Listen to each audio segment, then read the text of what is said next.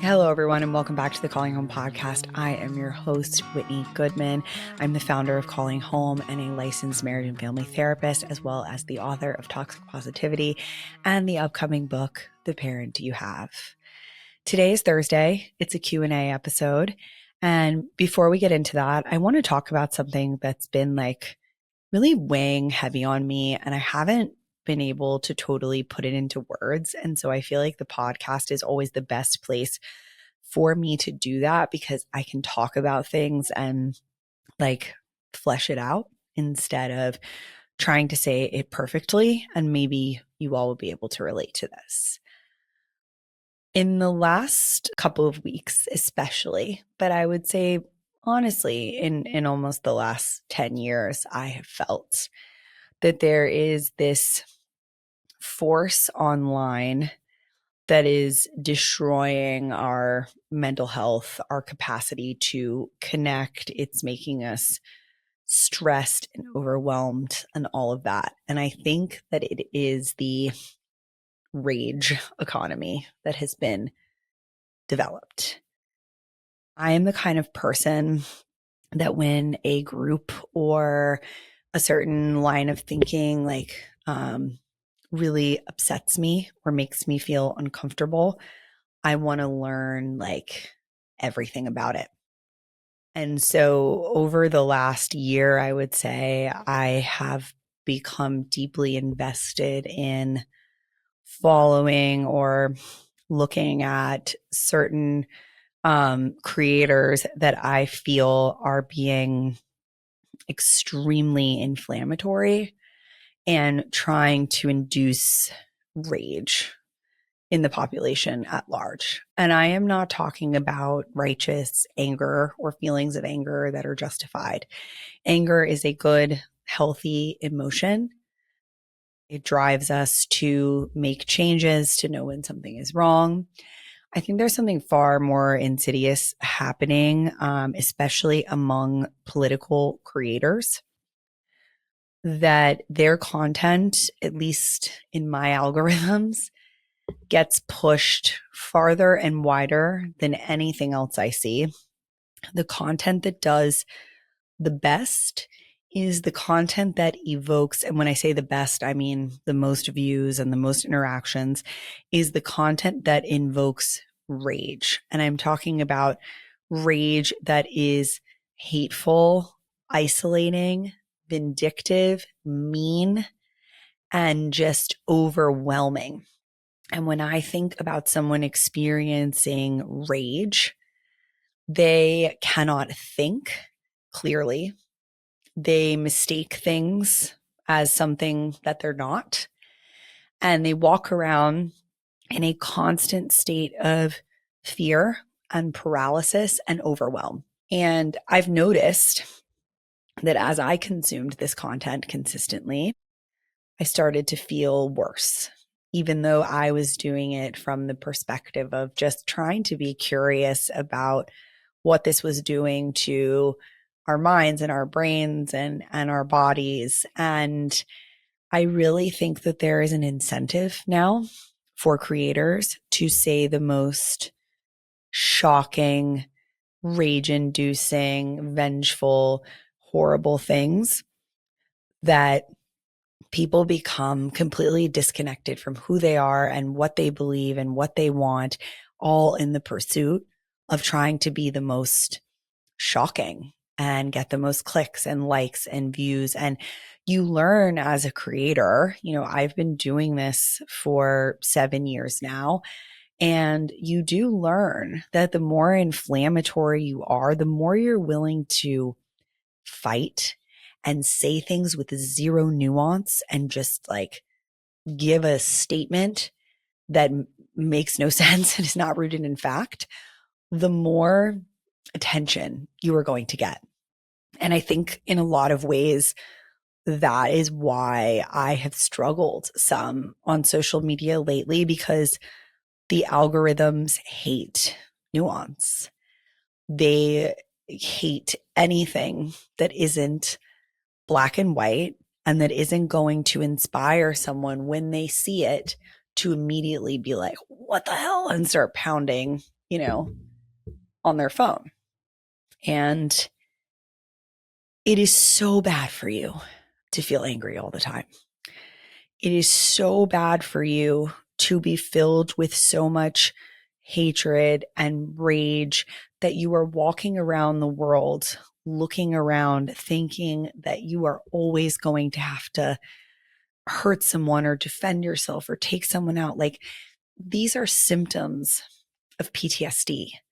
This hypervigilance, always being on edge, always looking out for threat, always thinking that something's coming. And I really think that a lot of the population is stuck in this loop of information seeking, getting information that is rage inducing, violent, manipulative, that inspires us to turn inward and isolate and hate others. And when that happens, we become even more dependent on receiving that information and becoming further isolated and more aligned with that type of rhetoric and those beliefs. And I really think that this can be applied to a variety of issues and like schools of thought. But I'm telling you, as a therapist and as a human being, that I really think it's time for us to break up with that. I really think it's time for us to stop giving our energy to people who are clearly interested in making money off of trapping you in a cycle of rage and reactivity. And this is something that has helped me, is that I realize that even a view, a scroll, spending 3 minutes on that gives that person money. It gives them more notoriety. It spreads their message farther. And it's not working. That type of engagement as a means of fighting some of these ideas, it's not working. It's only hurting you.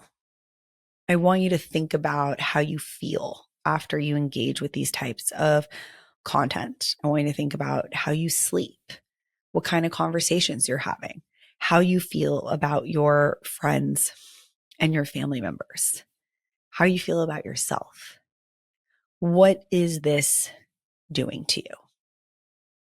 And are you stuck in a cycle of wanting to feel outrage and anger all the time? Like, that can start to feel like it's something that you need to have always, and not in the sense that it's an addiction, but that it becomes a compulsion. I even notice for myself, like, I'm always wanting, I'm like looking up, like, what's this person saying? What does that mean? What are they saying about this? And like, I don't need to do that. And I don't want you to mistake this for me saying that we shouldn't be aware of the things that are violent and hateful and terrible in this world. We do. But you know what a lot of those things are already. You know them without viewing 100 clips of the same incident. You know them without going and checking on all those people that you don't like and that make you feel terrible about yourself, and seeing what this person is saying about this. And it's become truly insanity. Our news programming is no longer news. There are channels that you can turn on and literally just watch people talk bad about other people, or make assumptions or inferences, or debate whether something is going to happen or not for literally 12 hours a day. That's not you being informed. You are simply listening to someone spout their opinions, often in a very controversial or like sort of strong tone, like to make you angry.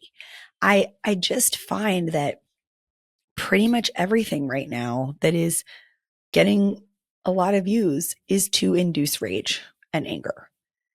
And it's not how I want to feel all the time. It does not make me productive. It does not allow me to create the world that I want to live in. It doesn't make me a good mom or sister or wife or daughter.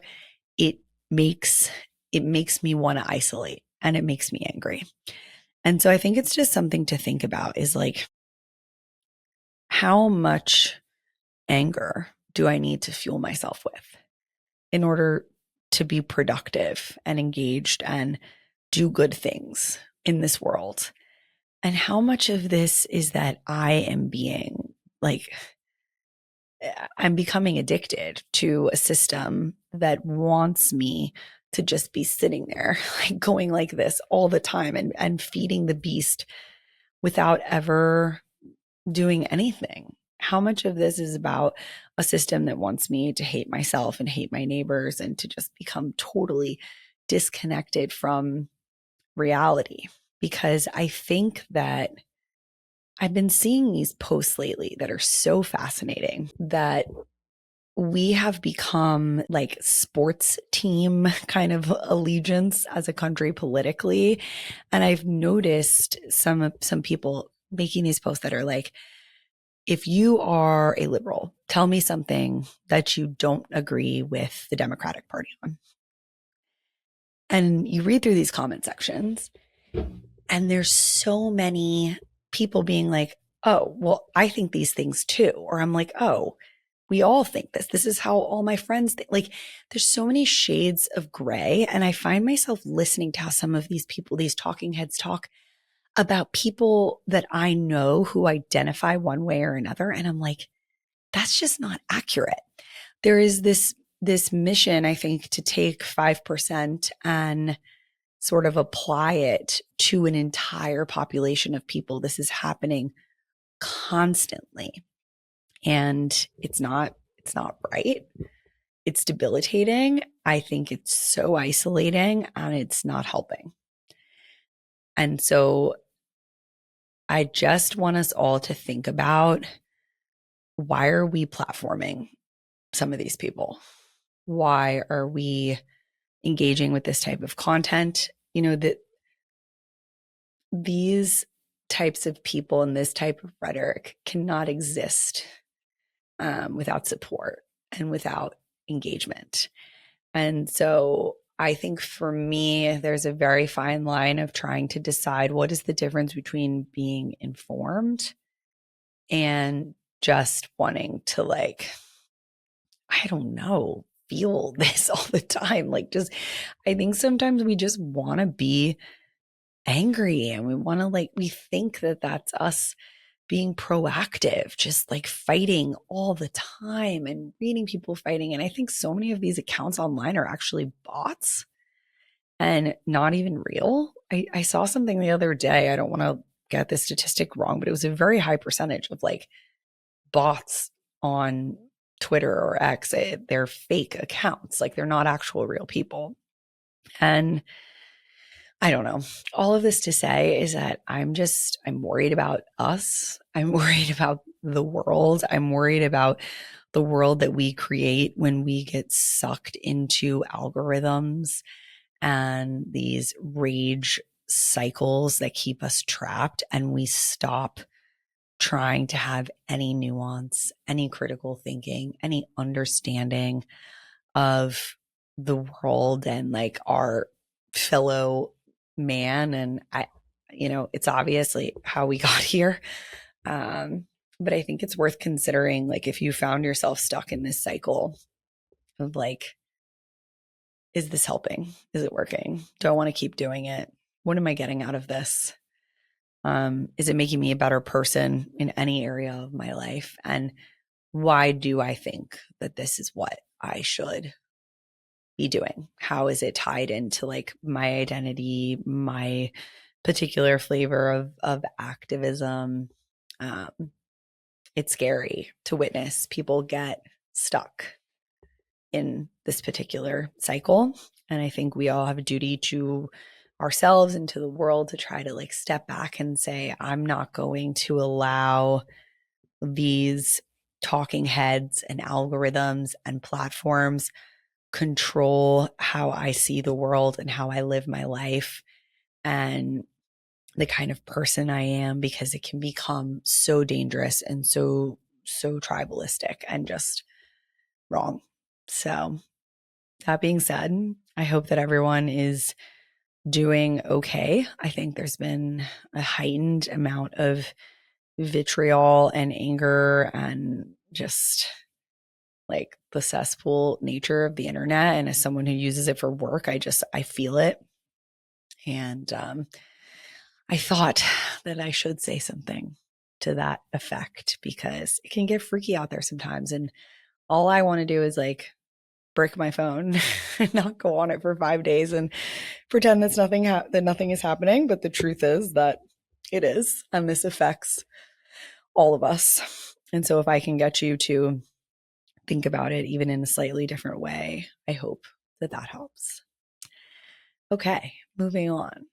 I want to talk about a scene from the most recent episode of The Real Housewives of Orange County as well. There is a scene where Emily is talking about her son, who I believe was diagnosed with ARFID, which is an eating disorder, and is potentially being diagnosed with autism.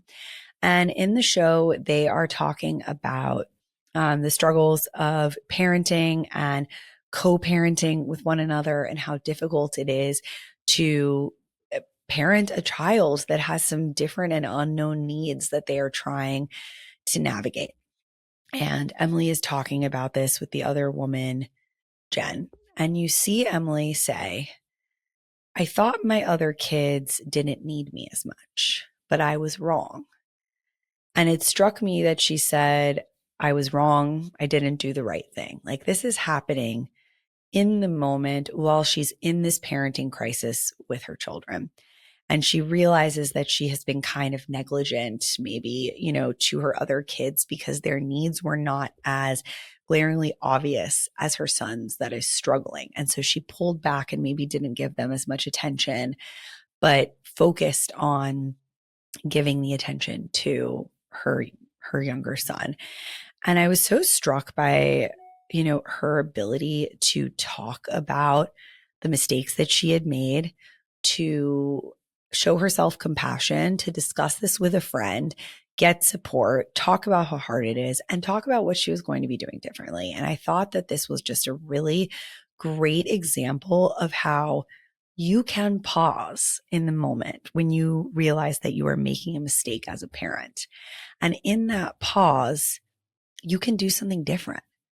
And you don't have to beat yourself up and shame yourself and totally like throw out the baby with the bathwater. You can just say, I messed up and I want to start over and I want to help my kids and I want to see that they're struggling. And I think she mentions that one of her older children said like, hey, can I go to therapy too? I'm struggling and I don't have anyone to talk to. And the child that has the diagnoses is in therapy. And so, this is a moment where she realized like, oh, they're also being impacted by this. And I just think that was huge and great. It was in the most recent episode, season 19, episode 10 at like 15 minutes. If you want to go check it out, I think it's a great example and also a great example of how like a friend can support you in those moments. I really hope that this episode gave you something new to think about, something helpful to take with you and use, and helped you feel less alone. Thank you so much for listening. Please don't forget to like, subscribe, or leave a review. It really helps. I read every single one of them, and I really appreciate all of you. Thank you, and have a great rest of your day.